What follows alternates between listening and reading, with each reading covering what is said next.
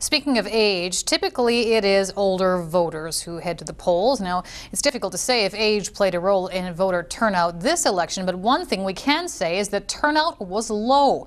Dana Hutchings joins us now with more in tonight's Checkpoint. Stacey, there were 3,200 candidates throughout the province. The municipal election is 10 times the size of the provincial election, but voter turnout way less. The provincial average and the island average both less than 30%. Let's take a look at how the numbers break down. The numbers range depending on the community. The highest turnout on the island, Tassis with 82%, Port Hardy 37%, Campbell River 30%, Courtenay 28%, and Nanaimo 27%. On the South Island, Duncan was at 33%, Victoria 26%, Saanich 25%, Sooke 42%, and the lowest voter turnout on the island and in the province, Langford with 14%. The voter turnout this election is virtually the same as in 2008. So what is it that gets people to the polls? Here's the Executive Director of Civic Info BC. Issues can draw people out. A mayor's race is something that typically draws people out. A contentious referendum question can draw people out as well. Sometimes it's just a community interest in who's running for council. Sometimes if a council is seen to be running particularly well and there are no issues, it can lead to lower turnout. Why would I say voter turnout is so low in general? I think it's a combination of different things. I think it can be difficult to get information about your candidates who are running at the local level.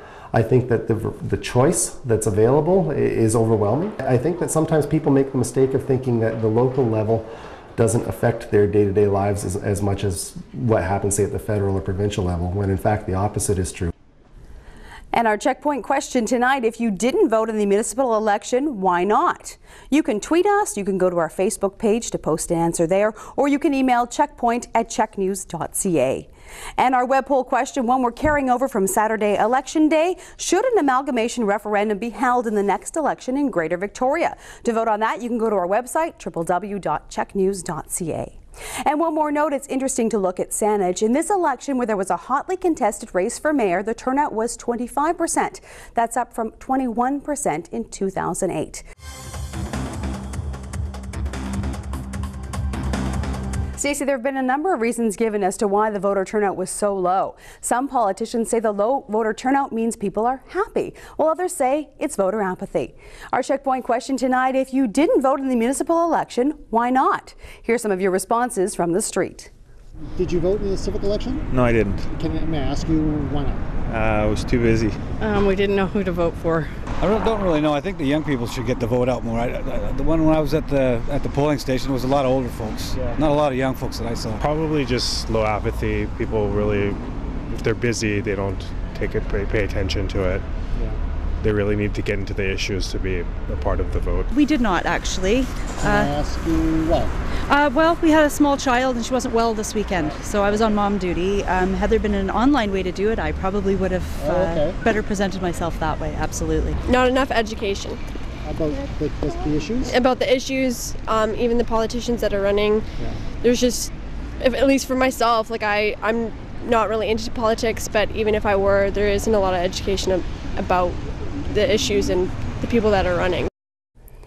On Facebook, Angela says she was very frustrated by the lack of information on candidates. I live in a suite and didn't get any mailers on candidates or voting. Tried to look at some of their sites online, but just didn't have a lot of time. Didn't feel I could make an informed decision.